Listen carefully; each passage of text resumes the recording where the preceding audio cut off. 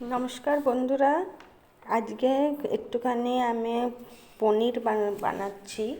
পনিরটা বানাচ্ছি একটু অন্য কারণে, কারণ আমার আজকে খাসির মাংস নিয়ে এসেছিলাম, আর খাসির মাংস আমার বর যেহেতু খায় না, তাই জন্য তার একটুখানি পনির বানিয়ে দিচ্ছি।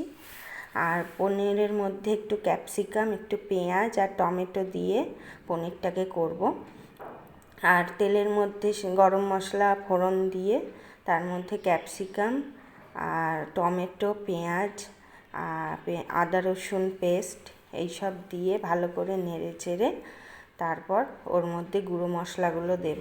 আমরা সাধারণত যেগুলো ব্যবহার করি, হলুদ গুঁড়ো, জিরে ধনে গুঁড়ো, একটু কাশ্মীরি লঙ্কার গুঁড়ো এইসব দিয়ে তারপর ভালো একটা সস দিয়েছি।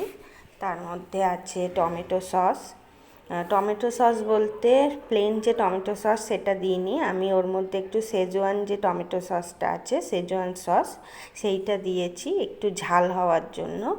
আর তার সঙ্গে চিলি সস দিয়েছি, সয়া সস দিয়েছি। এইসব দিয়ে তারপর ভালো করে ওটাকে কষিয়ে ওর মধ্যে একটা মশলা দিয়েছি, সেটা হলো চিকেন, যে চিলি চিকেন করার জন্য চিলি চিকেনের যে মশলাটা পাওয়া যায়, সেই মশলাটা আমি কিনে এনেছিলাম, ড্রাই আর কি, শুকনো মশলা মানে গুঁড়ো মশলা। সেই গুঁড়ো মশলার প্যাকেট এনেছিলাম, ওটাই আমি একটুখানি গুলে পনিরের মধ্যে দিয়ে দিয়েছিলাম। আর দেখতেই পাচ্ছ পনিরের কালারটা, মানে গ্রেভির কালারটা কতটা সুন্দর এসছে। এবং ওই গোলাটা যখন দিয়েছি তখন ওটাতে কি হয়, গ্রেভিটা একটুখানি ঘন হয়ে যায়। এবং এর মধ্যে কর্নফ্লাওয়ারও দেওয়া যেতে পারে, তো আমি কর্নফ্লাওয়ার দিইনি, তাহলে গ্রেভিটা আরেকটু ঘন হয়ে যাবে। কর্নফ্লাওয়ার অথবা ময়দা দিলে গ্রেভিটা আরেকটু ঘন হয়ে যাবে।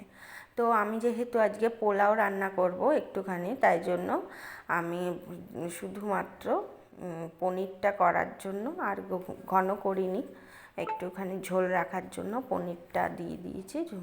আর একটু ঝোল ঝোল হয়েছে, ভাতের সঙ্গে যেহেতু খাবো, সরি আমি খাবো না, আমার বরের জন্য বানাচ্ছি। তো সেইটা করে নিয়েছি।